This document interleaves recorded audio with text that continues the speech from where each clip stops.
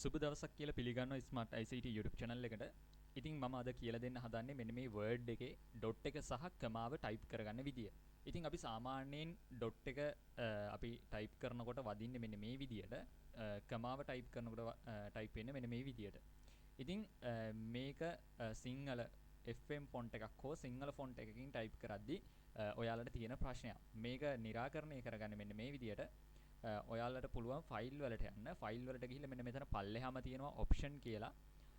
ඉතින් ඒක ක්ලික් කරන්න. ඒක ක්ලික් කරාම මෙන්න මේ වගේ dialog box එකක් එනවා. මේ dialog box එකේ ඔයාලා යන්න ඕනේ මෙන්න මෙතනින් proof in කියන එකට. මේ proof in කියන එකට යන්න ඕන. ඉතින් proof in කියන එකට ගියන් පස්සේ ඔයාලට මේ පැත්තේ අලුත් මෙනු එකක් පේනවා ඇති. එතනින් ඔයා තෝරන්න ඕනේ auto correct option කියන එක. auto correct option කියන එක.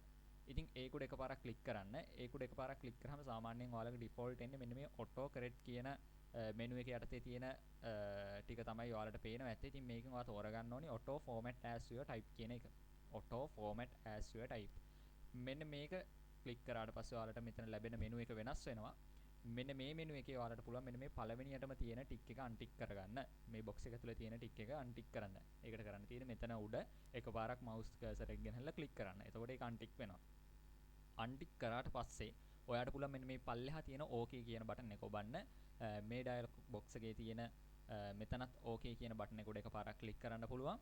ඊට පස්සේ ඔයා බලන්න මෙතන ටයිප් කරලා ඩොට් එක ටයිප් කරාම ඩොට් එක වදිනවා. shift එකත් එක්ක ඩොට් එක ටයිප් කරාම කමාව වදිනවා. ඉතින් ඔයාට පුළුවන් මේ විදියට ඩොට් එක සහ කමාව හදාගන්න ටයිප් වෙන විදියට. ඉතින් මේ වගේ වටින වීඩියෝ වටින දැනුම ලබා ගන්න channel එක subscribe කරන්න අපේ channel එක subscribe කරලා bell icon එක තෝල් දාගන්න. මේ විදිහේ පොඩි ටිප්ස් ඔයාලට ඉස්සරහට බලා ගන්න පුළුවන්. ඉතින් අනිවාර්යයෙන්ම වීඩියෝ එකත් ෂෙයා කරන්න වාගේ වටින යාළුවෙක්ට මේක දැනගන්න ඕනි යාළුවෙක්ට වීඩියෝ එක ෂෙයා කරන්න. ඉතින් මේ වීඩියෝ එකෙන් ගිහිල්ලා එන්නම්. ඔයාලට සුබ දවසක්.